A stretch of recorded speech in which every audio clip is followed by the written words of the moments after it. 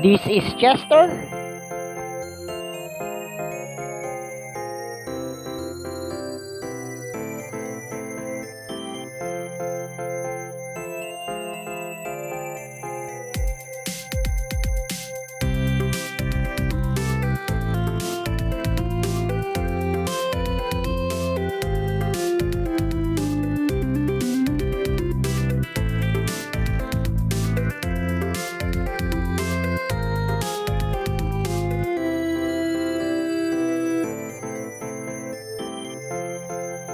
The Mini Vlogger.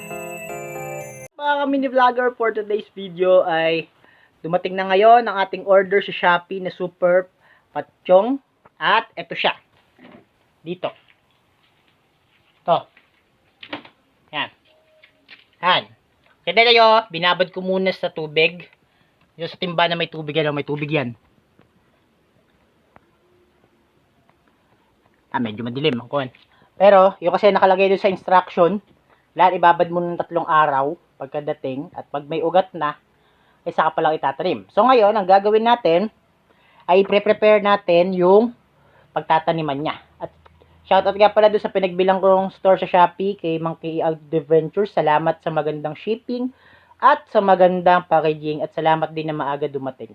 Kaya, so tara mga ka-mini vlogger, umpisahan na natin ihanda yung pagtataniman ng ating super patsyong. Okay mga ka-mini vlogger, kung makikita ninyo, nakapwesto ako ngayon dito sa likod ng dating bahay ng ating mga alagang kambing. Ayan, dito yan. Dito ko siya itatanim dahil ito'y bakanting maliit na portion lang na gagawin ko parang pinaka-punlaan ng aking itatanim na patsyong. Dahil ibababad pa naman sa timbang may tubig sa loob ng 3 araw yung ating patsyong ay gagawin ko naman, syempre, para pagdating after ng 3 araw na yon ay diretso tanim na lang. Ang gagawin ko muna, ililinisin ko muna yung pagtataniman nila. Kumbaga, dito ko sila ipupunla. Pag lumago sila ng unti-unti, unti-unti natin silang ikakalat dito sa ating paligid ng ating farm. So, para mga kami vlogger, samahan nyo ako sa aking paglilinis ng pagtataniman, pagpupunlaan ng ating madre patsyong. So, tara!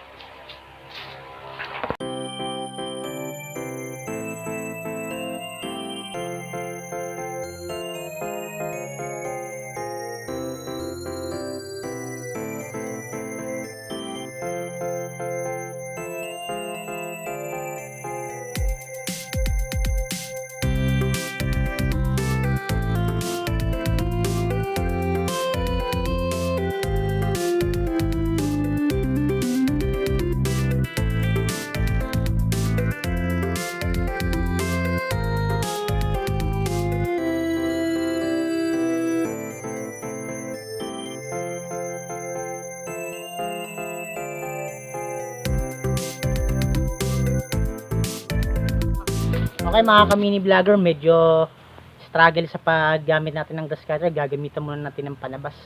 Mano-mano style muna tayo. Tapos mamaya natin subukan sa grass cutter. Yung sumasabit yun kasi struggle pag yung electric grass cutter natin yung gagamitin natin. Nahihinto tayo sa ginagawa natin pag may sumasabit na mga damo-damo. Kaya wala tayong magagawa ron. Kailangan natin tanggalin. Medyo napapatagal. Mabilis sana kung sakaling muna sumasabit. Pero kaya rin naman sa mano-mano to. Hindi naman ganun kalakihan tong pagpipwestuhan natin. So, tara!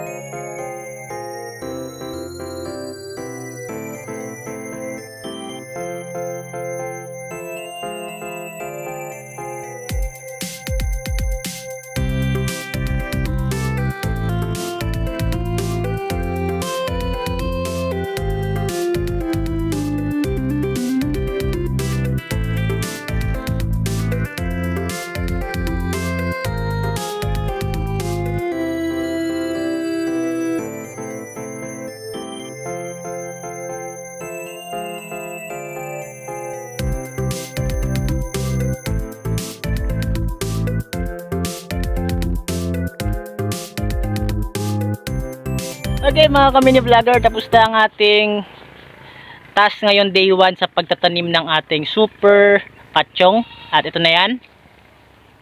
Okay. At so naman ang day 2 at ito na yan. Susunod na.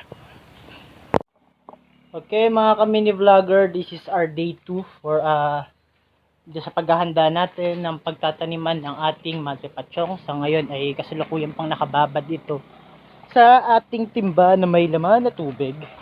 At kahit pa paano, update nga pala doon sa mga tatanim natin, nagkakaugat-ugat na rin yung iba. At bukas pwede natin itong itanim. So, anong gagawin natin sa day 2? Ito, pakita ko sa inyo.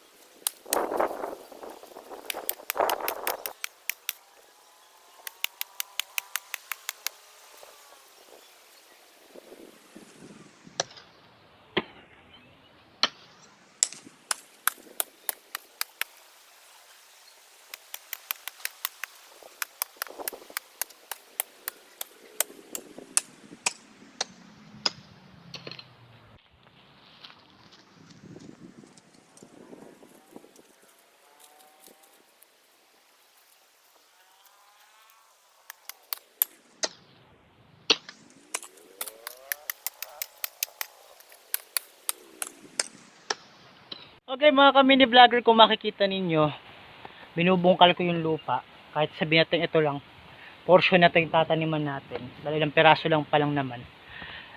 Gusto ko kasi mawala yung mga ugat-ugat na yung mga dating damong na nakatubo na wala silang kaagaw. Kahit kapwan damo lang din naman yung itatanim natin. At hindi lang basta-basta damo. High class na damo.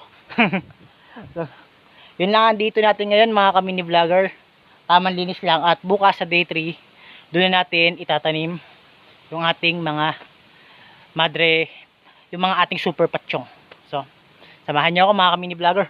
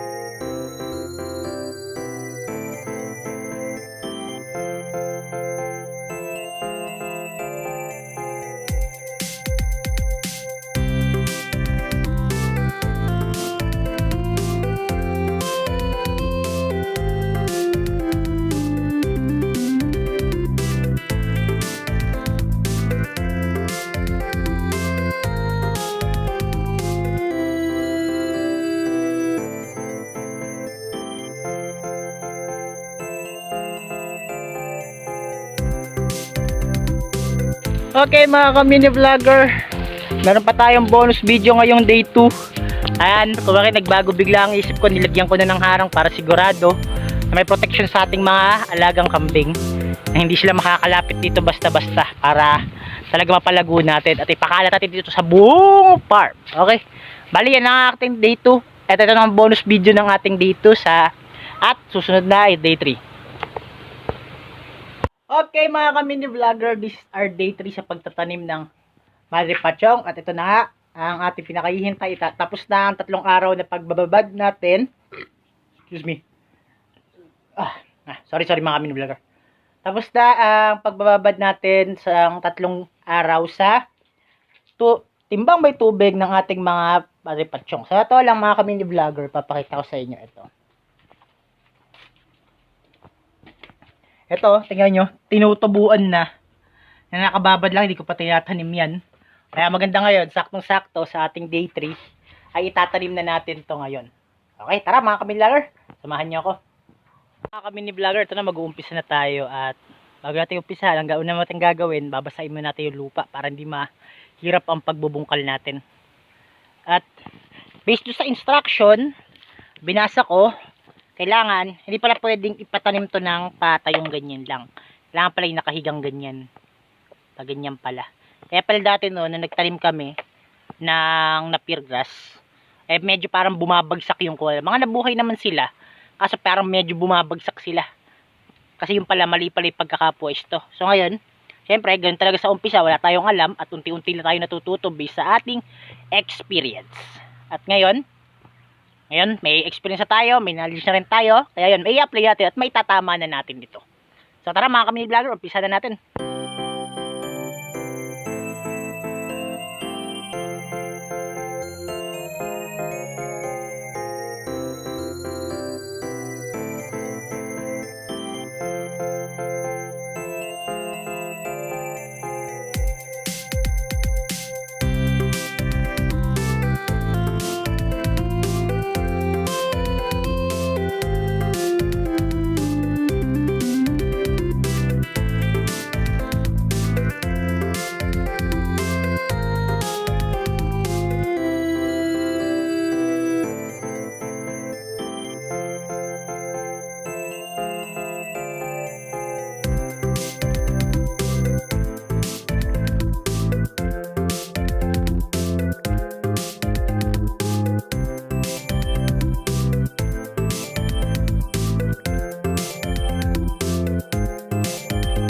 Okay mga kamini vlogger, ngayon tapos tayo sa pagtatanim ng ating super patsyong at aalagaan na lang natin to sa dilig.